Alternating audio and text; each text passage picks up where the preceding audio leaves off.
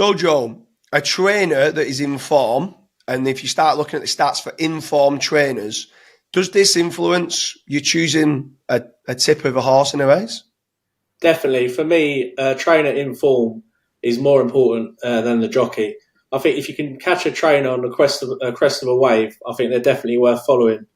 The other thing I like is specific trainers at certain tracks.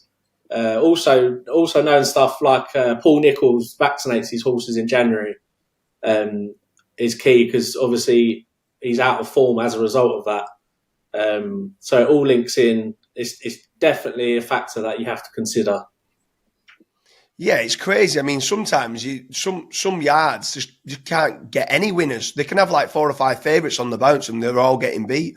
So it's definitely something that we always look for to make certain that we're trying to find value in the betting market. And if they're not in form and they end up, because the horse previous form that they've had might have been good 3-4 months ago, but if the trainer's not in form now, it's a factor for us laying certain horses. And then obviously backing the ones that are in form. You can get like a bad batch of hay and all sorts of reasons why some of them could be out of form. Some of them could be having the vaccinations and stuff like that. So, there's many factors for it, but I always look myself for informed trainers for sure. Yeah, I've got a question for you. So if you've got a horse in your tracker and then you're sort of waiting for it to run and then it comes to the day it's going to run and then that trainer's not had a winner for, 15 days or something, would that put you off backing that horse?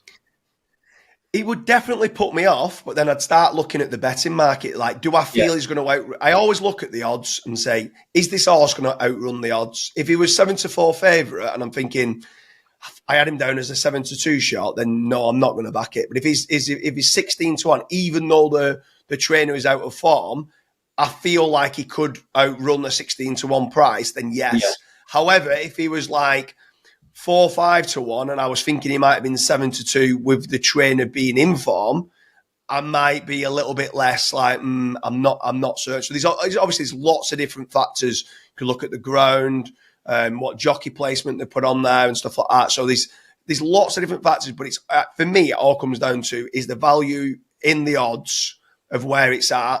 If it's a 10-1, 16-1 shot, okay, I'll do it. If it's a 3-4-1 shot, and I think it should be around that price, it might put me off because the trainer's not really informed. So, is that something that you do?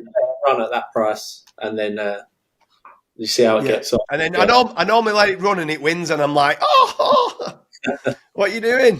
So, but that's part of horse racing betting for you. Yeah, exactly. Right.